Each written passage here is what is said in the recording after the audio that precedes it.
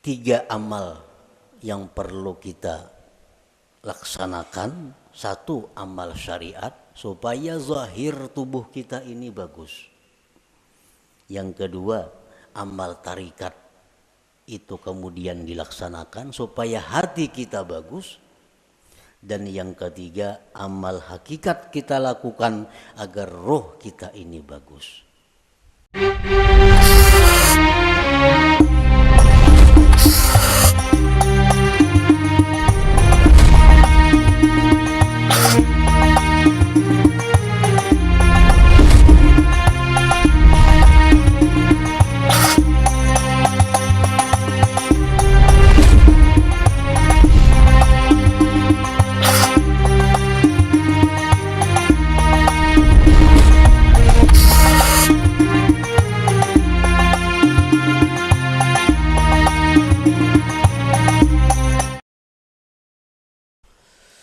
Bismillahirrahmanirrahim.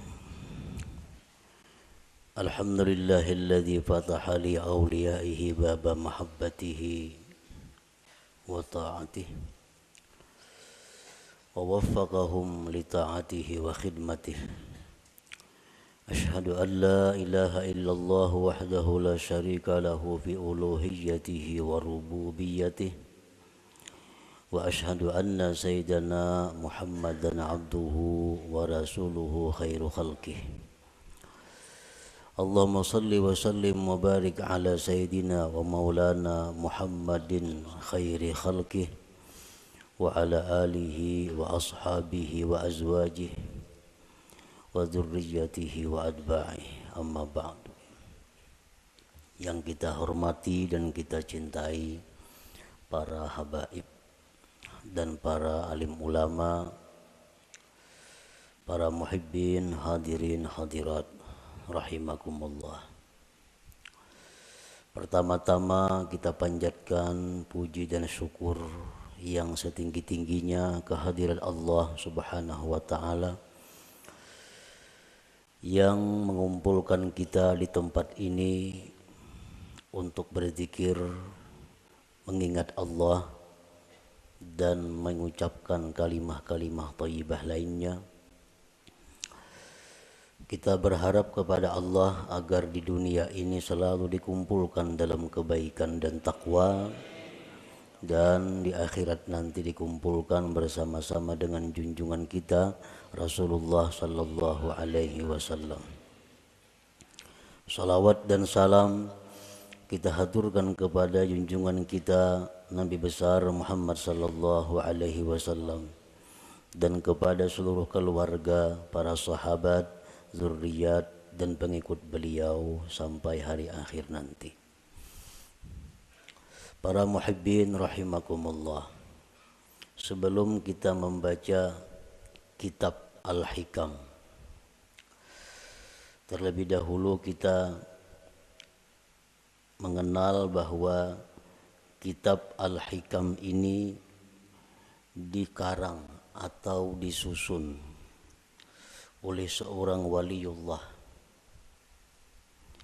yaitu Ahmad bin Muhammad bin Abdul Karim bin Abdurrahman bin Abdullah bin Ahmad bin Isa bin Husain ibni Athaillah. Dan beliau wafat pada tahun 709 Hijriyah di Qahirah, Mesir. Kemudian kitab Al-Hikam ini merupakan salah satu daripada yang beliau karang. Hikam itu adalah kalimat jamak yang artinya kumpulan daripada hikmah.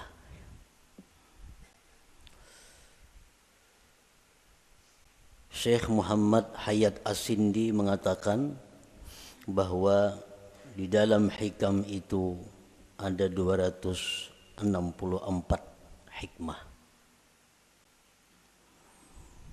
264 hikmah itu terkumpul di dalam satu kitab sehingga dinamai kitab itu adalah Al-Hikam. Nah, mengenai hitungan berapa hikmah yang ada di dalam kitab Al-Hikam itu bermacam-macam para ulama menghitungnya. Ada yang mengatakan jumlah hikmah yang ada di dalam hikam itu berjumlah 264. Ada yang mengatakan 275 dan ada yang mengatakan lain pada yang demikian. Sebagaimana para ulama tidak sama pendapatnya tentang menghitung jumlah ayat-ayat yang ada di dalam Al-Quran. Ada yang mengatakan 6.666, ada yang mengatakan lain daripada itu. Para muhibbin rahimakumullah, kemuliaan dan kehebatan kitab Al-Hikam ini sampai-sampai dikatakan oleh sebahagian ulama, lau jazatis salatu bi syai'in ghairal Qur'an la jazat bi hikam ibni Athaillah. Andai kata di dalam sembahyang itu boleh kita membaca selain Al-Quran, waktu qiyam, waktu berdiri, itu kan hanya Quran yang kita baca, surat Fatihah dan surah yang lain. Andai kata boleh diganti dengan yang lain, niscaya kitab Hikam ini patut dijadikan penggantinya. Niscaya kitab Hikam ini boleh untuk dijadikan penggantinya. Kenapa demikian? Karena kehebatannya dalam lapas, susunan kata-katanya, dan makna-maknanya mengandung ilmu-ilmu yang bermanfaat bagi mereka yang membaca dan memahaminya. Para muhibbin rahimakumullah, kitab Hikam itu satu matan yang banyak disyarahkan oleh para ulama. Berpuluh-puluh macam kitab syarah Hikam. Intinya adalah menguraikan seluas-luasnya apa yang terkandung di dalam hikmah per hikmah yang ada di dalam kitab Hikam itu. Nah, oleh karena itu di dalam kesempatan kita membaca kitab Hikam ini, ulun kadang mengambil kepada satu kitab syarah Hikam tertentu. Jadi artinya kita membaca matannya, kemudian kita ambil dari beberapa syarah-syarah yang ada yang telah dikarang oleh para ulama itu. Para muhibbin rahimakumullah, al-hikmatul ula, hikmah yang pertama di dalam kitab Hikam, min alamatil i'timad 'alal amal nuqsanur raja inda wujudiz zalal. Nah, ini kalimat hikmah yang pertama di dalam kitab Hikam itu. Min alamatil i'timad 'alal amal nuqsanur raja inda wujudiz zalal. Artinya, sebagian daripada tanda berpegangnya seseorang dengan amal, berkurangnya mengharap rahmat Allah ketika adanya kesalahan pada dirinya.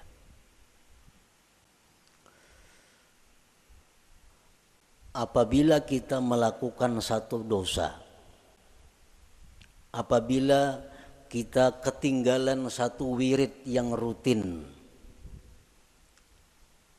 nah kemudian kita merasa jauh dari rahmat Allah, kita merasa jauh daripada kasih sayang Allah, itu menunjukkan bahwa kita namanya berpegang dengan amal.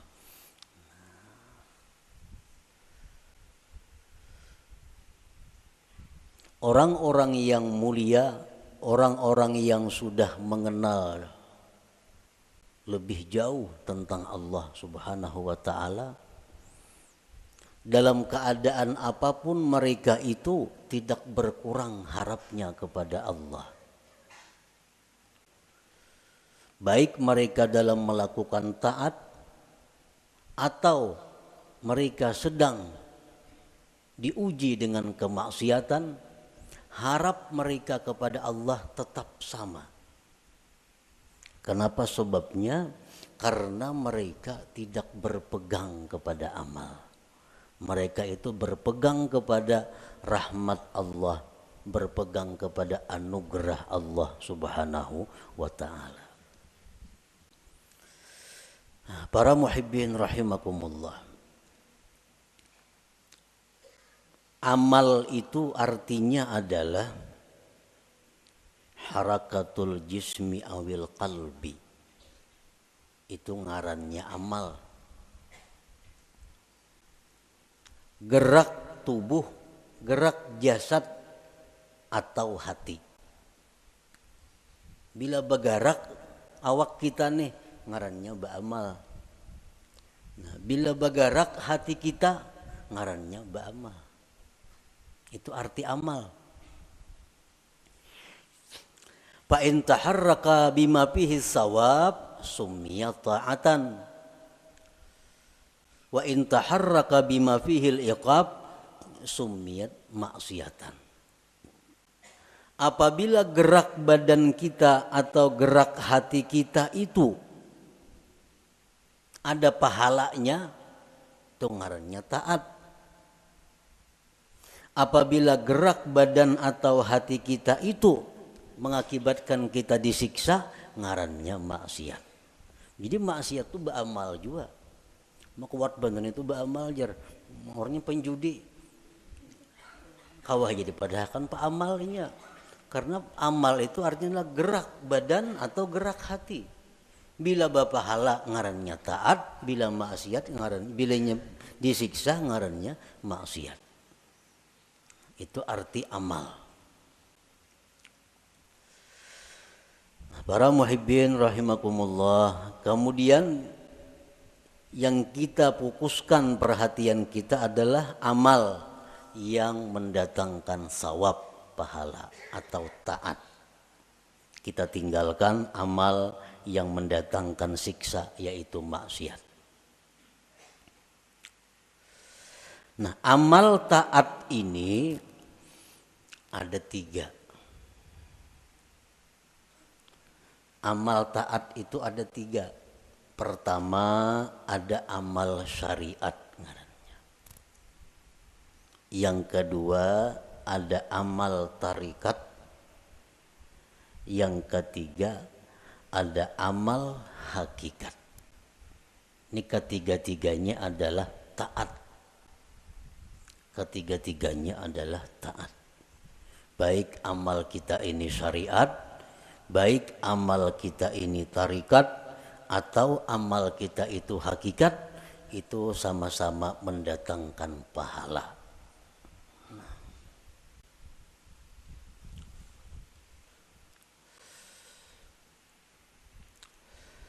Amal syariat untuk apa? Para ulama tasawuf mengatakan amal syariat itu gunanya li islahil jawarih, untuk membaguskan anggota tubuh kita. Membaguskan mata, membaguskan telinga, membaguskan mulut, membaguskan tangan, membaguskan kaki. Itu disebut adalah amal syariat. Kayak apa mata supaya bagus? Jangan memandang yang diharamkan Allah. Kayak apa mulut nang bagus? Jangan berkata-kata yang dilarang Allah. Kayak apa batis nang bagus? Jangan melangkah kepada jalan yang diharamkan Allah. Kayak apa tangan nang bagus? Jangan menjamah atau menyentuh yang dilarang Allah. Nah, membaguskan anggota-anggota tubuh kita ini itu urusan amal syariat ngarannya.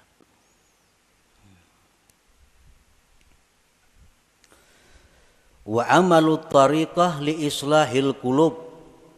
Sedangkan amal tarikat itu untuk membaguskan hati.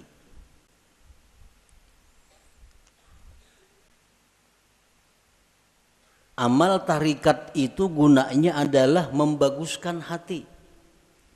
Kayak apa supaya hati jangan sombong, itu urusan amal tarikat yang membaguskan. Kayak apa hati supaya jangan ria, itu amal tarikat yang membaguskan. Kayak apa hati supaya jangan dengki, itu urusan amal tarikat yang mengurusnya. Nah, jadi amal tarikat itu adalah gunanya untuk membaguskan hati. Wa amalul hakikah li islahil arwah, sedangkan amal hakikat itu untuk membaguskan arwah. Membaguskan roh. Kayak apa roh kita ini supaya bagus? Roh nang bagus tuh nang kayak apa?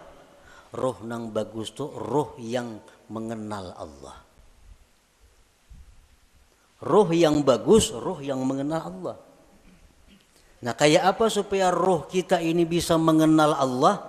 Itu urusan amal hakikat nang maaturnya. Urusan amal hakikat nang menuntunnya kepada demikian itu. Nah, jadi kita 3 amal yang perlu kita laksanakan. 1, amal syariat supaya zahir tubuh kita ini bagus.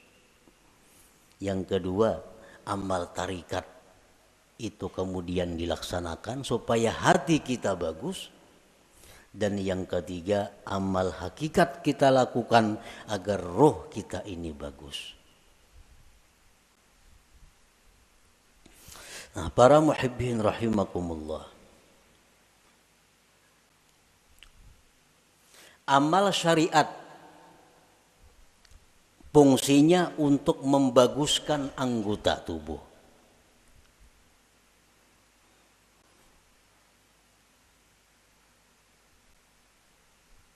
Amal syariat fungsinya untuk membaguskan anggota tubuh. Apa inti daripada amal syariat itu? Amal syariat itu saling banyakkan. Tetapi kembali kepada 3 pokok. 3 pokok inilah yang disebut dengan amal syariat. Pertama, tobat. Nah, pertama tobat. Yang kedua, takwa. Yang ketiga, istiqamah. Nah, ini seluruh amal syariat kembali kepada 3 ini. Tobat, kemudian takwa, kemudian istiqamah. Nah, tobat artinya apa? Membersihkan diri daripada yang kotor-kotor. Membersihkan diri daripada maksiat-maksiat. Itu tobat. Dimandii, mandi itu tobat karena. Imbah mandi hanyar dipakaiani. Nah, dipakaiani betapi, babaju, bakupia, bermacam-macam pakaian. Nah, itu adalah takwa. Nah, kayak apa supaya jangan lepas pakaian itu dari kita? Ngarannya istiqamah. Manbanu beselawar, manbanu betilanjang tuh ada istiqamah ngarannya. Istiqamah ini selalu berpakaian. Nah, artinya apa? Selalu menjunjung perintah Allah, menjauhi yang dilarang Allah dalam keadaan apapun. Itu istiqamah. Dalam keadaan susah, rajin ibadah. Dalam keadaan kaya, rajin ibadah. Dalam keadaan sakit, rajin ibadah. Dalam keadaan sihat, rajin ibadah. Dalam keadaan apapun, ibadah kada tertinggal. Ini ngarannya istiqamah. Nah, 3 hal itu urusan amal syariat.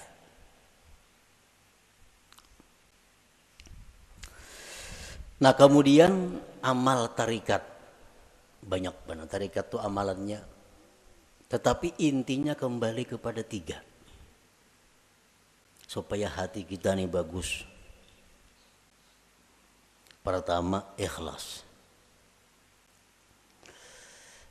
Ikhlas. Yang kedua, sidik. Yang ketiga, tumakninah. Nah, ini intinya. Seluruh amal tarikat buliknya kenang 3 ini. Bila yang 3 ini bisa kita laksanakan, maka kita sudah mempunyai amal tarikat ngarannya. Berarti sudah punya hati yang bagus. Pertama, ikhlas. Yang kedua, sidik. Setiap orang sidik pasti ikhlas. Orang ikhlas belum tentu sidik. Jadi sidik itu lebih tinggi kedudukannya daripada ikhlas.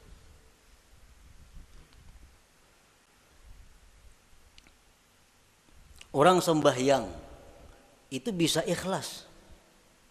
Belum tentu sidik. Belum tentu sidik. Buktinya apa? Belum tentu sidik. Seringkali kita mengucap dalam sembahyang itu Bismillahirrahmanirrahim. Mulut kita. Tapi hati kita di manakah? Hati kita di rumah. Itu kada jujur ngarannya. Kalau orang yang jujur mulutnya Bismillahirrahmanirrahim, hatinya Bismillahirrahmanirrahim. Nah, jadi kedudukan sidik lebih tinggi daripada ikhlas. Nah, yang ketiga tumakninah.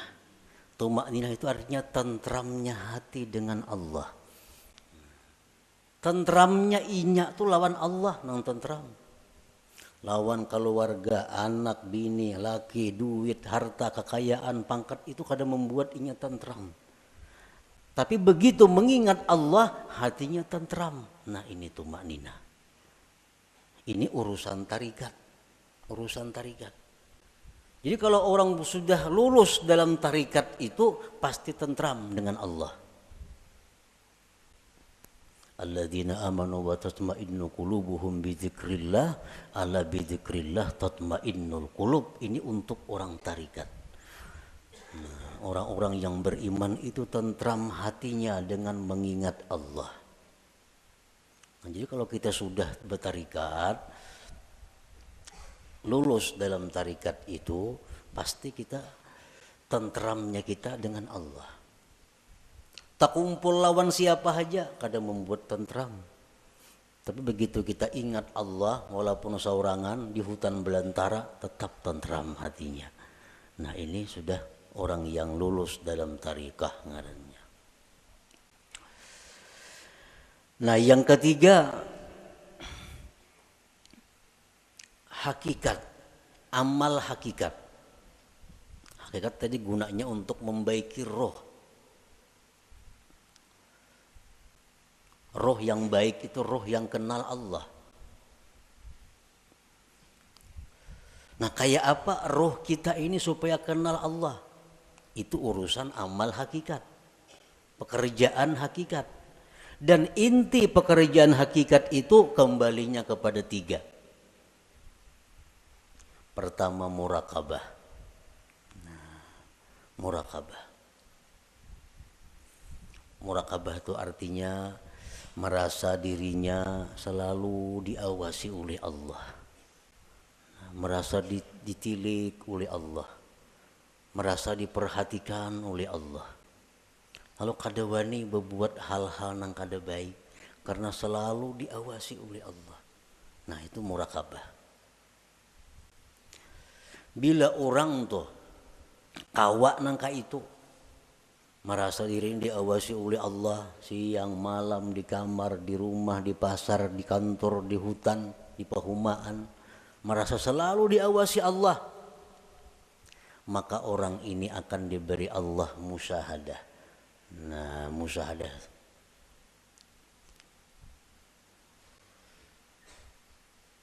Bila orang itu sudah musyahadah lawan Allah, ngarannya ma'rifat lawan Tuhan. Jadi amal hakikat ini 3, murakabah, musyahadah, ma'rifat.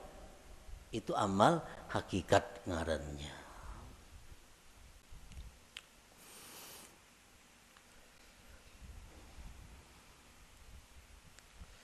U'budillah ka'annaka tarah. Beribadahlah kamu kepada Allah seolah-olah engkau itu melihat Allah. Nah, itu musyahadah. Beribadahlah engkau melihat Allah. Itu musyahadah ngarannya. Tapi fa illam takun tarah, jikalau engkau belum mampu melihat Allah, fa innahu yarak, Allah melihat engkau. Nah, itu murakabah ngarannya. Kalau kita merasa dilihat oleh Allah siang, malam, bisukan, kamarian, dimanapun merasa dilihat oleh Allah, itu ngarannya kita murakabah. Satu saat kalau kita terus menerus demikian, kita akan musyahadah. Kita akan musyahadah. Bila musyahadah itu diberi ma'rifat ujung-ujungnya. Nah, amal hakikat itu 3 macam. Murakabah, musyahadah, ma'rifah. Nah, para muhibbin rahimakumullah. Jadi amal ada 3. Amal syariat, yang pertama kita laksanakan amal syariat. Tobat, takwa, istiqamah. Supaya apa? Zahir tubuh kita bagus. Yang kedua, amal tarikat. Supaya hati kita baik. Dengan apa? Ikhlas, jujur, tumakninah. Tentram dengan Allah. Yang ketiga, amal hakikat. Supaya roh kita ini baik. Nah, murakabah, musyahadah, ma'rifat.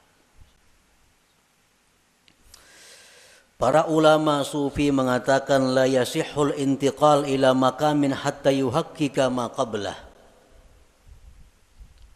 Tidak sah seseorang itu berpindah ke suatu makam, ke suatu amal, ke suatu perbuatan sebelum memantapkan sebelumnya.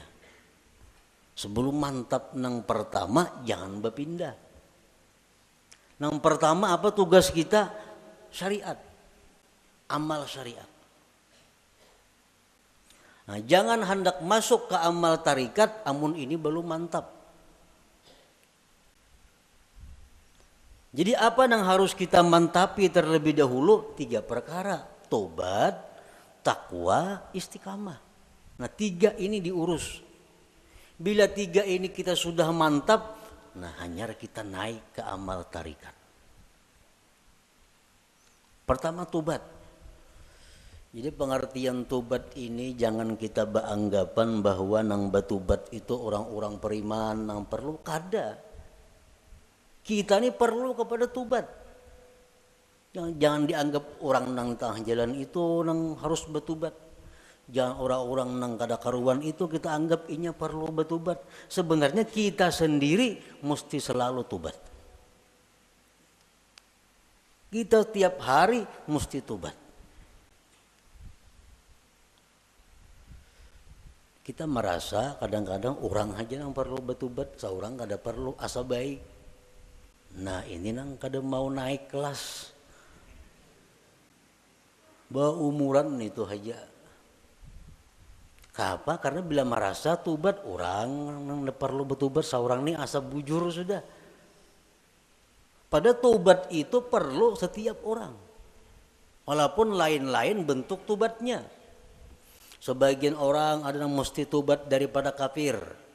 Sebagian orang ada yang perlu tobat daripada dosa besar. Sebagian orang ada yang perlu tobat dari dosa kecil. Sebagian orang ada yang perlu tobat daripada makruh. Tobat daripada khilaful aula yang kurang baik. Jadi setiap manusia dengan tingkatan apapun itu mesti tobat.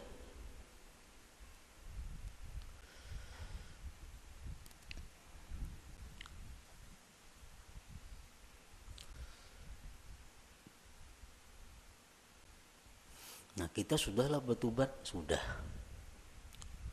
Dulu minum arak, sekarang ampih. Dulu penjudi, sekarang ampih. Tobat. Dulu ketujuh riba, sekarang ampih. Tobat. Dahulu suka zina, sekarang ampih, sudah tobat. Nah, cuma tahukah kita tobat kita itu diterima atau kada? Nah, karena orang nang ampe itu belum tentu diterima.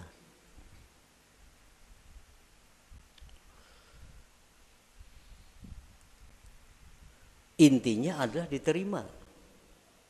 Apakah tobat kita itu sudah diterima oleh Allah atau belum? Nah ini yang kada tahu. Maka kita kada boleh naik ke suatu makam, ke suatu tingkatan sebelum memantapkan tingkatan yang pertama. Hanyar tingkatan yang kedua. Mantap nang kedua, hanyar naik ke tingkatan nang ketiga. Selama kita belum biris tingkatan syariat, kada akan bisa kita mengaji ilmu tarikat. Mengaji bisa, paham bisa, memakai pasti kada kawa. Memakai pasti kada kawa. Mau kada kawa.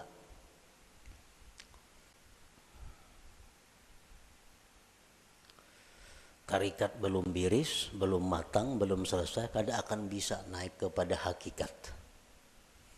Maka dengan hakikat itulah kita bisa dapat kepada ma'rifat. Nah, jadi diibaratkan itu ma'rifat itu satu mutiara. Nah, mutiara, andaknya mutiara itu di dalam ruangan nang halus, muat awak. Ruangannya muat awak. Ruangan nang halus ini andaknya di sebuah kamar. Nah, kamar kawah jorong boleh membaandam. Dan kamar itu andaknya dalam sebuah rumah. Nah, rumah ini mau naik sepeda motor kawah aja rumah. Nah, jadi kita kada bisa masuk ke rumah kalau kita masih banyak bawaan. Ada kawan. Kalau kita masih banyak bawaan kita ini masih berinting, sering banyakan bawaan. Kalau kita bakajal ke rumah, kada kawa. Buangi nang kada perlu supaya kita kawa masuk ke rumah. Nah, motor ditinggal, nang mana diisi motor, toko ditinggal. Kalau mangkut toko ke rumah, kada kawa. Nah, kios ditinggal, kabun ditinggal, kada muat rumah. Nah, jadi nang kau masuk ke rumah hanya barang-barang tertentu. Nah, artinya apa? Syariat itu laksana rumah. Begitu kita masuk syariat, banyak nang kita tinggalkan. Riba tinggalkan, permainan tinggalkan, zina tinggalkan, semua aja tinggalkan. Kawa tuh kita masuk ke rumah. Nah, sepeda motor kawa dibawa ke rumah, sepeda kawa dibawa ke rumah. Begitu kita hendak masuk kamar, nah, ngalih bawa sepeda motor ke kamar, ngalih bawa kendaraan ke kamar itu, pas ditinggal di luar kamar, bakal karasan kada kawa bahanjuran. Nah, sama halnya kita ini kalau hendak masuk kepada tarikat, buangi gawian-gawian yang lain-lain supaya kita muat bandak di situ. Nah, hendak masuk pulang ke hakikat, halus kamarnya muat awak, jam tangan gin dipacul kada kawa. Kacamata santok pacul juga. Nah, muat beti lanjang aja kawa lagi. Nah, hanyar kawa kita masuk ke kamar nah halus tuh untuk mengambil yang berharga yaitu mutiara atau ma'rifat itu. Nah itu artinya kita kada kawa melangkah ke situ kalau sebelum matang nang pertama. Nah syariat ini nang dibiriskan terlebih dahulu. Cara kita berjual beli, cara kita bergaul, cara kita makan, cara kita berpandir, cara kita berpakaian sesuaikan dengan syariat. Bila kada sesuai lawan syariat, hendak ke hakikat kada bisa. Jamin kada bisa. Napanya bisa? Pandirnya aja. Pandirnya aja bisa. Praktiknya kada bisa. Itu sudah hukum, ketentuan. Syariat kada mantap, kada kawan naik ke tarikat. Tarikat kada mantap, kada kawan naik ke hakikat. Nah jadi fokus kita ini adalah membaguskan dahulu syariat kita. Kayak apa? Membaguskan syariat, tobat. Nang katujuh manggibah, tobat. Nang katujuh riba, tobat. Nang katujuh memakai pakaian haram, tobat. Imbah kita tobat itu perlu diteliti, perlu dipikirkan. Tobatku ini diterima juga kah, kada kah? Selama kita belum ada ketentuan tobat ini diterima atau kada diterima, hati kita masih kada nyaman, hati kita masih kada tentram karena belum ada kepastian tobat atau kada tobat. Takwa kemudian ibadah, sembahyang, puasa segala macam, takwa, istiqamah terus menerus seperti itu. Bila 3 macam ini kawa, nah ayo ya naik kita ke amal apa? Ke amal tarikat. Kita wajib mengusahakan syaratul kabul. Kita wajib mengusahakan syarat diterima tobat kita, diterima takwa kita, diterima istiqamah kita. Itu kita wajib mengusahakan persyaratannya supaya ini diterima oleh Allah. Sembahyang contohnya. Kayak apa sembahyang itu supaya diterima oleh Allah? Ada syarat-syaratnya. Yang pertama, supaya sembahyang itu diterima oleh Allah, syaratnya adalah ilmu. Fakullu man bighairi ilmin ya'malu amaluhu mardudatun la tuqbalu. Tiap-tiap orang yang bekerja beramal tanpa ilmu ditolak, tidak diterima. Jadi sembahyang kita ambil contoh amal syariat sembahyang contohnya, supaya sembahyang ini diterima Allah kayak apa? Satu, punya ilmu. Belajar bujur-bujur sembahyang tuh. Rukuk kayak apa, sujud kayak apa, amun masbuk kayak apa, kada salat membaca Fatihah kayak apa caranya. Nah, bujur-bujur belajar sembahyang supaya sembahyang kita diterima. Yang kedua, supaya diterima sembahyang itu ikhlas. Berhubung ini amal syariat, ikhlasnya pun ikhlas syariat. Ikhlas syariat yang kayak apa? Sembahyang mengharapkan surga, sembahyang karena takut lawan api neraka, ikhlas menurut syariat. Sembahyang kita mudahan masuk surga dengan itu syariat bujur, ikhlas. Kenapa sembahyang? Takutan kalau pindah ke neraka mati, itu ikhlas dalam syariat. Jangan ada tujuan lain sembahyang. Contoh kita ambil contoh sembahyang supaya dipuji orang, supaya dihormati orang, dimuliakan orang. Jangan ada sedikit pun dalam hati demikian. Ikhlas. Yang ketiga, syaratnya diterima itu sembahyang atau amal-amal ibadah lainnya muwafaqatus syurut wal arkan wal adab. Sembahyang kita ini sesuai syarat. Penuhi syarat-syaratnya apa? Rukun-rukunnya apa? Adabnya apa? Orang nak sembahyang mesti berwudu, suci daripada hadas najis, menutup aurat, menghadap kiblat, masuk waktu. Nah, penuhi. Bersihin najis, sucikan hadas dengan wudu, tutup aurat, tunggu waktu sembahyang, bila masuk hanyar sembahyang. Nah, itu syaratnya sudah biris. Syaratnya biris, rukunnya, rukun sembahyang. Ruku kayak apa, bacaan Fatihahnya kayak apa, sujudnya kayak apa, sesuaikan dengan aturan. Embah itu pulang adab.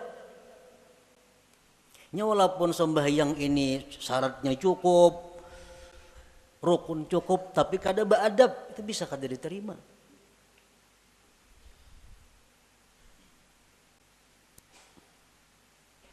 Sesuaikan adabnya. Contohnya contohnya sembahyang berkaca pinggang, Allahu Akbar, nah berkaca pinggang. Ini lawan syarat kada bertentangan, lawan rukun kada bertentangan, tapi adab bertentangan. Allah kada menerima sembahyang kayak ini. Harap tinggi Tuhan sembahyang kah itu? Allahu Akbar. Nah, jadi adab sembahyang termasuk nang sunat-sunat dalam sembahyang dilaksanakan. Yang keempat, ada mubtilat wal mukrihat wal makruhat. Tidak ada yang membatalkan dan yang dibenci Allah. Sembahyang atau ibadah kadang-kadang membatalkan, kadang-kadang dibenci Tuhan. Kita gawi semua nang sunat, jauhi nang makruhnya. Yang kelima, al halal fi ma yata'allaqu bih. Halal pada sesuatu yang berhubungan dengannya. Nah, pada berhubungan, makan, minum untuk tenaga, pakaian, tempat. Itu mesti halal. Rasulullah bersabda, man akala luqmatan min haram lam tuqbal minhu salatu arba'in lailah. Orang yang makan satu suap daripada makanan yang haram tidak diterima sembahyang 40 malam. Sasuap tuh kita makan nang haram 40 malam sembahyang kita ditolak Allah. Sepiring berapa suap?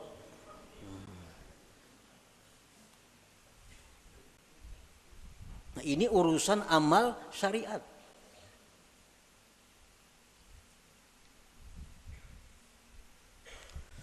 Pakaian kita mesti halal.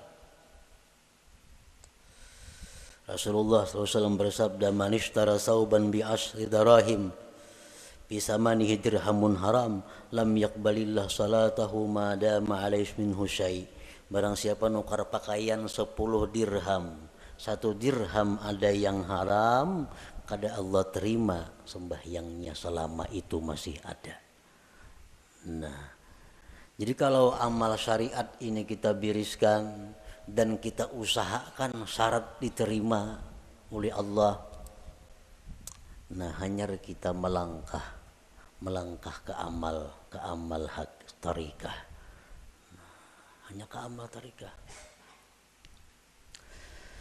Para muhibbin rahimakumullah, Imam Ahmad ibnu Athaillah tadi mengatakan,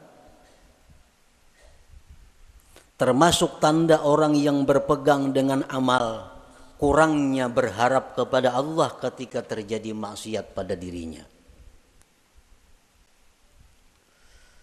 Nah, sekarang kita tadi beramal, tobat sudah kita laksanakan, syarat-syarat untuk diterima sudah kita laksanakan, takwa sekarang ini kita laksanakan, istiqamah kita laksanakan. Jangan sekali-kali kita berpegang, kita condong, kita gembira dengan tobat, takwa dan istiqamah itu. Jangan sekali-kali kita berpegang, jangan sekali-kali kita bersandar, jangan merasa gembira dengan tobat, takwa dan istiqamah tadi. Kenapa sebabnya? Karena takwa, tobat, istiqamah itu bagian amal syariat tuh, itu kada akan bisa memasukkan kita ke dalam surga. Kada perlu kita gembira dengan itu. Lalu apa nang kita gembirakan? Nang kita banggakan, nang kita gembirakan itu adalah rahmat Allah nang datang kepada kita sehingga kita bisa tobat, bisa takwa, bisa istiqamah. Nah, rahmat Allahnya ini nang kita gembirakan, bukan takwanya. Nah, bila kita menggembirakan dengan takwa yang kita lakukan, ngarannya berpegang dengan amal. Bila orang berpegang lawan amal itu, lawan Tuhan turun naik. Bila banyak maksiat asa jauh lawan Tuhan. Bila berbuat taat asa parak lawan Tuhan. Padahal Tuhan tuh ada jauh berparak sebenarnya. Nah, di situ kelemahan tauhid kita. Kenapa kita bila berbuat maksiat asa jauh lawan Tuhan?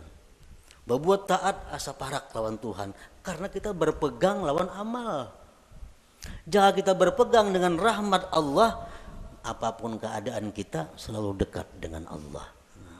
Baik dalam maksiat kita dekat dengan Allah. Waktu taat dekat lawan Allah karena kita berpegang lawan Allahnya bukan dengan amal kitanya.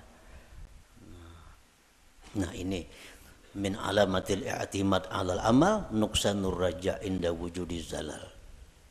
Rasulullah SAW bersabda, la yadkhula ahadukumul jannah bi amalihi. Seseorang kamu, ujar Nabi, selamanya tidak akan bisa masuk surga dengan amalnya. Nah, buat apa kita berpegang lawan amal?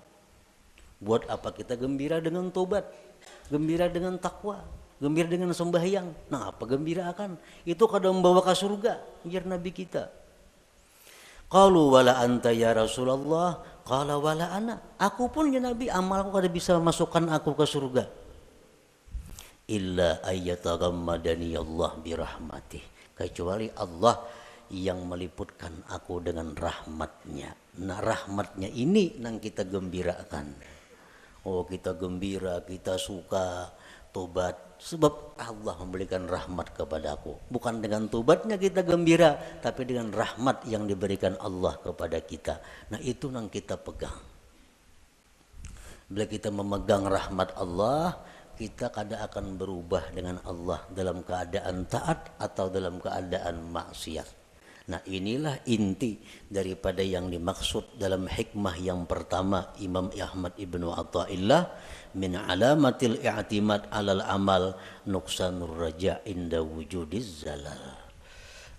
Tanda orang yang berpegang dengan amal, kurang berharap, rasa jauh bila mana dia maksiat kepada Allah, padahal kada boleh itu. Jadi kita dalam taat dekat dengan Tuhan. Kita waktu maksiat pun jangan merasa jauh lawan Tuhan, tetap dekat dengan Tuhan. Karena maksiat taat itu adalah bagian daripada amal. Amal kada perlu kita pegang. Yang kita pegang adalah Allah, rahmatnya dan anugerahnya. Nah kemudian sesudah itu al-hikmatus saniyah, hikmah yang kedua daripada Imam Ahmad Ibnu Athaillah, iradatuka tajrid ma'a ikamatillah iyyaka bil asbab minasyahwatil khafiyah wa iradatukal asbab ma'a ikamatillah iyyaka bit tajrid inhitatun anil himmatil aliyah.